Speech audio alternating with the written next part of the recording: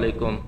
ইরাকের উত্তরাঞ্চলে বুধবার কুর্দিস্তান ওয়ার্কস পার্টি পিকেকে ৩০টির বেশি স্থাপনা ধ্বংস করে দিয়েছে তুরস্কের নিরাপত্তা বাহিনী। তুরস্কের জাতীয় প্রতিরক্ষা মন্ত্রণালয়ের পক্ষ থেকে বলা হয়েছে, বিমান অভিযানে স্থাপনাগুলো গুঁড়িয়ে দেওয়া হয়। খবর আনাদোলুয়া এজেন্সির। লিখিত এক বিবৃতিতে তুরস্কের মন্ত্রণালয় বলেছে, মেদিনা, গারা, হাকুক, কান্দিল ও আসুস অঞ্চলে সিনিয়র লেভেল সন্ত্রাসীদের আবাসঘরে বিমান হামলা চালানো হয়েছে। উত্তর ইরাক থেকে আমাদের জনগণ ও নিরাপত্তা বাহিনীর উপর হামলা ঠেকাতে এবং সীমান্তের নিরাপত্তা নিশ্চিত করতে এই অভিযান চালানো হয়েছে।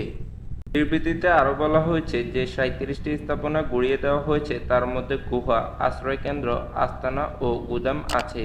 সেই সঙ্গে বহু সন্ত্রাসীকে হত্যা করা হয়েছে। এছাড়া বিবৃতিতে বলা হয়েছে, অভিযান চালানোর সময় প্রতিটি সতর্কতা অবলম্বন করা হয়েছে, যেন নিরপরাধ লোক, বন্ধুত্বপূর্ণ উপাদান, ঐতিহাসিক এবং সাংস্কৃতিক সম্পদ ও পরিবেশের কোনো ক্ষতি না হয়। আনাদোলুয়া বলছে, পিকেকে গোষ্ঠীটি উত্তর ইরাক থেকে তুরস্ক ও সিরিয়ার উত্তরাঞ্চলে হামলা চালায়। পিকেকে সন্ত্রাসী গোষ্ঠী হিসাবে ঘোষণা করেছে যুক্তরাষ্ট্র, ইইউ এবং তুরস্ক।